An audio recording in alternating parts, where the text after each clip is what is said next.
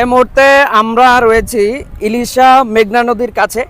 এটি হচ্ছে ইলিশা লঞ্চঘাট আর হচ্ছে ফেরিঘাট। এই লঞ্চঘাট ফেরিঘাটের যে অবস্থা বর্তমানে বন্যা কবলিত অবস্থায় আপনাদেরকে তথ্যগুলো আমরা জানিয়ে দিব।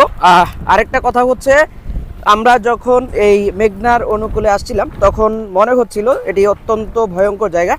দেখেন ব্লকগুলো অনেকাংশে ডেবে গিয়েছে এবং প্রায় ধস নামার মতো অবস্থা।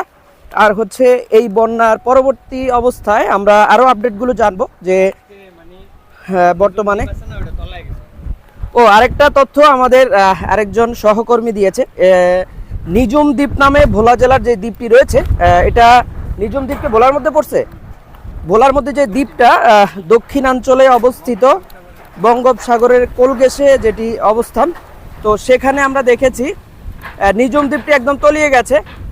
তো এবং এই বর্তমান অবস্থায় আমরা দেখতে পাচ্ছি মেঘনাতে এখন পর্যন্ত জেলেরা মাছ ধরার মতো অবস্থানে রয়েছে এবং তারা মাছ ধরছে।